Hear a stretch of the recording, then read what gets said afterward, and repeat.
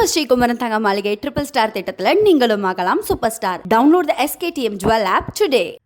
திருவண்ணாமலை மாவட்டம் வந்தவாசி நகராட்சிக்குட்பட்ட பெட்டிநாயுடு தெருவில் கழிவுநீர் கால்வாய் அமைக்கப்படாததால் வீடுகளை சுற்றி கழிவுநீர் தேங்கியிருப்பதாக குற்றச்சாட்டு எழுந்தது.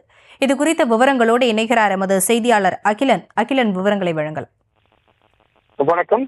திருவண்ணாமலை மாவட்டம் வந்தவாசி நகராட்சிக்கு உட்பட்ட 13 மற்றும் 14வது வார்டு பெட்டிநாயுடு தெரு விரிவு பகுதியில் உள்ள கேவிட்டி நகர், பூங்கா நகர் உள்ளிட்ட பகுதியில் கழிவுநீர் கால்வாய் இல்லாததால் குடியிருப்பு வீடுகள் சுற்றி கழிவுநீர்கள் தேங்கியிருக்கும் அவல நிலை ஏற்பட்டுள்ளது.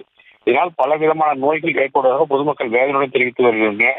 வந்தவாசி நகராட்சிக்கு உட்பட்ட 13 மற்றும் 14வது வார்டு பெட்டிநாயுடு தெரு விரிவாக்கத்தில் கேவிட்டி நகர், பூங்கா நகர் உள்ளிட்ட பல்வேறு பகுதிகளில் சுமார் 1000க்கும் மேற்பட்ட குடும்பங்கள் வசித்து வருகின்ற நிலையில் இப்பகுதியில் நகராட்சி சார்பில் கழிவுநீர் கால்வாய் கட்டாமல் இருப்பதால் கழிவுநீர் நீர்கள் அருகில் உள்ள காலி மனைகளில் தேங்கி இருக்கும் அவல நிலை ஏற்பட்டுள்ளது.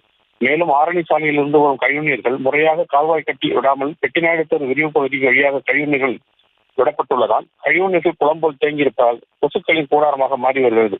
மேலும் பல மாதங்களாக காலி மனைகளில் கழிவுநீர்கள் தேங்கியிருப்பதால் நிலத்தடி நீர் பாதிக்கப்பட்டு கிணற்றில் உள்ள நீர்கள் துர்நாற்றம் வீசி வருவதாக பொதுமக்கள் குற்றம் சாட்டி வருகின்றனர். இதனால் குழந்தைகள் மற்றும் வயதானவர்களுக்கு பல்வேறு தோல் நோய்கள் ஏற்படுவதாகவும் காய்ச்சல், சளி போன்ற நோய்கள் வருவதாகவும் பொதுமக்கள் வேதனையுடன் தெரிவித்து வருகின்றனர். இது சம்பந்தமாக பல்வேறு பகுதியை சேர்ந்த பொதுமக்கள் கழிவுநீர் கால்வாய் கட்டித்தர வேண்டும் என்று பலமுறை விடிய திமுகவிடம் அரசிடம் மக்களை தேடி முதல்வர் திட்டத்தை. விவரங்களுக்கு நன்றி.